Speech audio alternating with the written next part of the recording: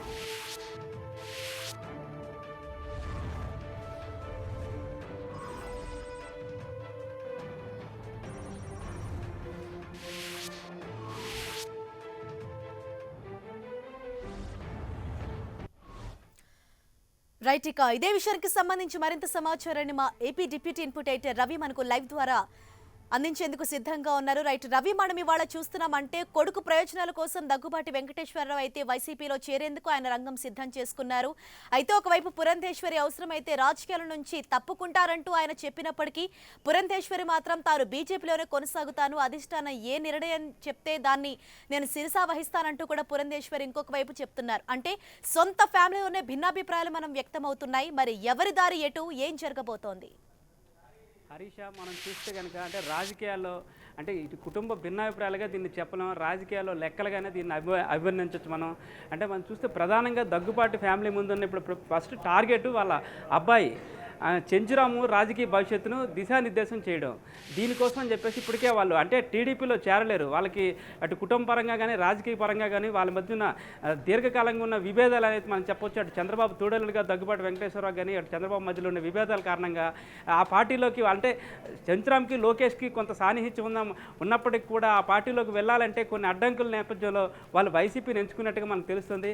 ఈ నేపథ్యంలోనే కొడుకు భవిష్యత్తు రీత్యానే దగ్గుబాటి వెంకటేశ్వరరావు ఈరోజు జగన్మోహన్ రెడ్డితో భేటీ అయినట్టుగా మనకు తెలుస్తుంది. దీనికి సంబంధించి మనం గత కొద్ది రోజులుగా అంటే కథనాలు కూడా ప్రసారం చేశాం. దీనికి సంబంధించి అదే ఈరోజు నిజమైంది. అంటే చెంచురామ్ భవిష్యత్ దృష్ట్యా ఆయన వైసీపీ తీర్థం పుచ్చుకుంటున్నట్టుగా ఈరోజు జగన్మోహన్ రెడ్డిని ఆయన ఇక్కడ హైదరాబాద్లో కలవడం జరిగింది. ఈ సందర్భంగా ఆయన కొన్ని కీలకమైన వ్యాఖ్యలు కూడా చేశారు. అంటే ప్రస్తుతానికి ఏమి కోరనప్పటికి కూడా మరి రాజకీయ భవిష్యత్తు అంతా కూడా అంటే వైసీపీ అంటే సిద్ధాంతాలు ఆయన 2 ఏళ్ళుగా ఆయన పార్టీ నడుపుతున్న విధాలను నచ్చి మేము చేరుతున్నాము. పురంధరేశ్వరి భవిష్యత్తు గురించి కూడా అడిగిన ప్రశ్నలకు ఆయన సమాధానం చెప్తే అవసరమైతే ఆవిడ రాజకీయ సన్యాసం తీసుకుంటుందని చెప్పారు. అంటే వాళ్ళ ప్రధాన టార్గెట్ కొడుకు రాజకీయ భవిష్యత్తు కోసం మాత్రమే మనం చెప్పొచ్చు. అయితే ఈ నేపథ్యంలో మనం చూసుకుంటే కనుక దగ్గుబాటి పురంధరేశ్వరి కూడా గత కొంతకాలంగా బీజేపీ నుంచి ఆవిడ వీడతారు, వైసీపీలో చేరతారంటూ మన కథనాలు ప్రసారం చేయడం జరిగింది. అయితే దీనికి సంబంధించి భిన్నంగా ఈరోజు ఆవిడ ఇక్కడ హైదరాబాద్లో ప్రైవేట్ కార్యక్రమంలో పాల్గొన్న ఆవిడ భిన్నమైన అభిప్రాయం అంటే వ్యక్తం చేశారు. ఎట్టి పరిస్థితుల్లో బీజేపీ వీడేది లేదు, బీజేపీ ఎక్కడి నుంచి పోటీ చేయమంటే అక్కడి నుంచి పోటీ చేస్తానని ఆవిడ చెప్పడం జరిగింది. అంటే దీని వెనక ఇది భిన్నాభిప్రాయాల కింద కాకుండా రాజకీయ లెక్కలుగానే మనం పరిగణించవచ్చు. ఓవైపు కొడుకు భవిష్యత్తు కోసం అని చెప్పి వైసీపీని వాళ్ళు టార్గెట్ చేసుకోవడం జరిగింది, అందులో ఆయన చేర్చడం జరిగింది.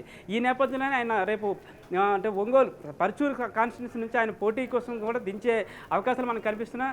అయితే ఆయనకు కూడా ఒక చిన్న అడ్డంకి ఉంది. అక్కడ ఆయన అమెరికాలో గ్రీన్ కార్డ్ హోల్డర్ నేపథ్యంలో ఇక్కడ ఓటు హక్కు అనేది ఉంటుంది. ఓటు హక్కు లేకపోతే పోటీ చేసేందుకు అనర్హుడిగా ఉంటాడు. కాబట్టి ఆ నేపథ్యంలో అవసరమైతే దగ్గుబాటి వెంకటేశ్వరాన్ని కూడా ఆ స్థానం నుంచి పోటీ చేయించే అవకాశం కూడా ఉంది.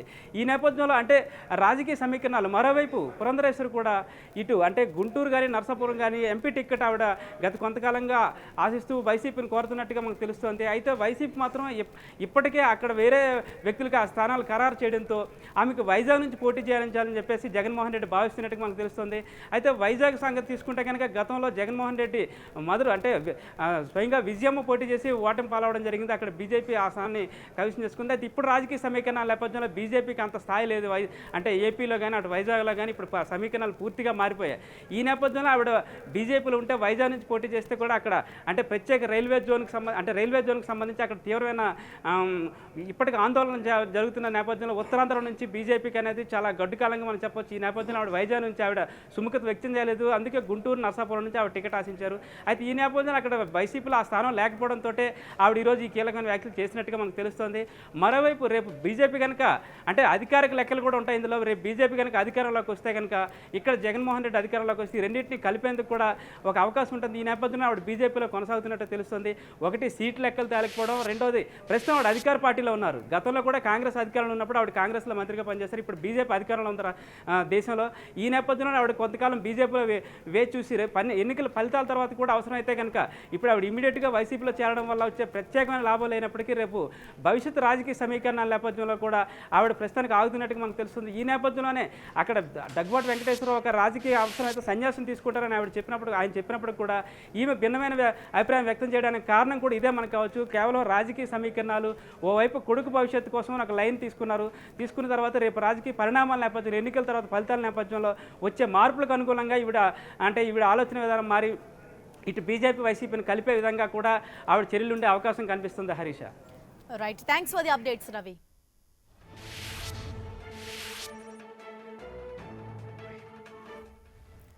రైట్, ఇంకా మరింత తాజా సమాచారంతో మా ఒంగోలు ప్రతినిధి శంకర్ మనకు అందుబాటులో ఉన్నారు. రైట్ శంకర్, ఇప్పుడు ఇవాళ జరిగిన రాజకీయ సమీకరణాలకు బట్టి చూస్తే అంటే ఒంగోలులో ఉన్న ఇప్పుడు పరుచూరి కాన్స్టిట్యుయెన్సీ నుంచి టికెట్ ఆశించారు దగ్గుబాటి వెంకటేశ్వరరావు. అంటే తన కొడుకుకి ఆ టికెట్ కేటాయించాలంటూ కూడా ఆయన కోరిన పరిస్థితి జగన్కి. అదేవిధంగా పురంధేశ్వరి కోసం ఒక టికెట్ ఇవ్వాలంటూ కూడా ఆయన వాళ్ళు కోరారు.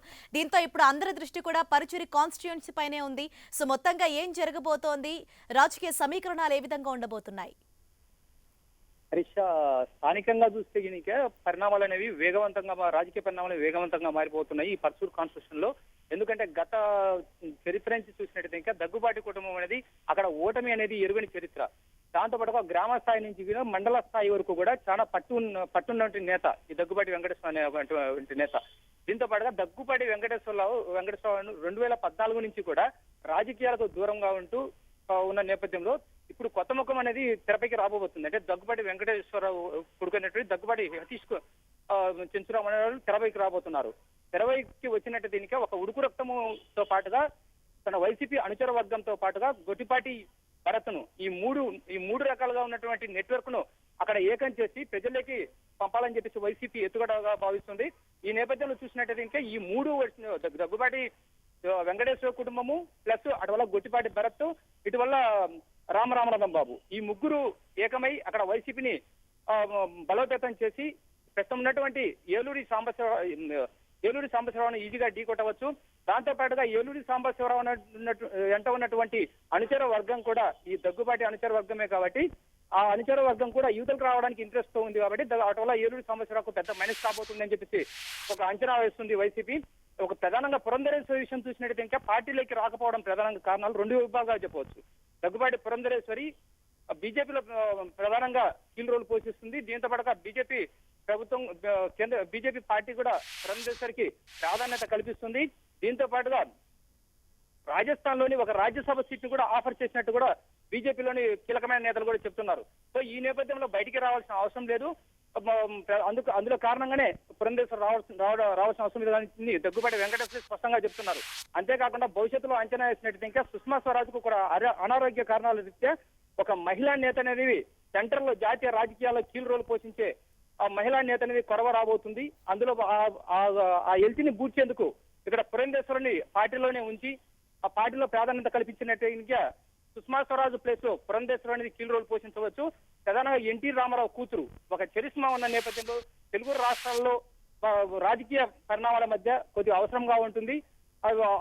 అందువల్లనే పురంధేశ్వరం మీద బీజేపీ కూడా ఒత్తిడి తెచ్చినట్టు కూడా తెలుస్తుంది. వైసీపీకి వెళ్ళొద్దు, మీకు ప్రాధాన్యత కల్పిస్తాము, మీకు రాజకీయ పదవులు అనేవి దానిపైన ఎటువంటి అనుమానాలు పడద్దు, ఆ డోకా ఆ ధైర్యం అనేది మేము కల్పిస్తామని చెప్పి చెప్పడం జరిగినట్టు అక్కడ దగ్గుబాటి కుటుంబ సభ్యులే చెబుతున్నారు. రెండో వెర్షన్ చూసినట్టయితే కనుక ప్రధానంగా గత చరిత్ర 2004 నుంచి కూడా ఇప్పటి వరకు చూసినట్లయితే పురంధేశ్వరి అధికార పార్టీ ఏదైతే ఉందో ఆ పార్టీలోని పదవులు అనుభవించింది తప్పితే ప్రతిపక్ష పార్టీలో ఉన్నటువంటి ప్రతిపక్ష పార్టీ ఏదైతే ఉందో ఆ పార్టీలో జాయిన్ అయిన చరిత్ర అనేది ఎప్పుడు కూడా లేదు. సో ఈ నేపథ్యంలో ఒకవేళ వైసీపీ నెక్స్ట్ వస్తుందా రాదా అనేది ఒకటి నెక్స్ట్ కాంగ్రెస్ ప్రభుత్వం సెంటర్ లో వస్తుందా రా అనేది ఒకటి కన్ఫ్యూజన్. సో ఈ రెండు కన్ఫ్యూజన్ నేపథ్యంలోనే బీజేపీలోనే ఉండాలని చెప్పేసి ఒక నిర్ణయం తీసుకున్నట్టు కూడా ఒక రాజకీయ కీలక నాయకులు ఇచ్చిన సమాచారం మీద కూడా తెలుస్తుంది Harisha. Right, thank you Shankar.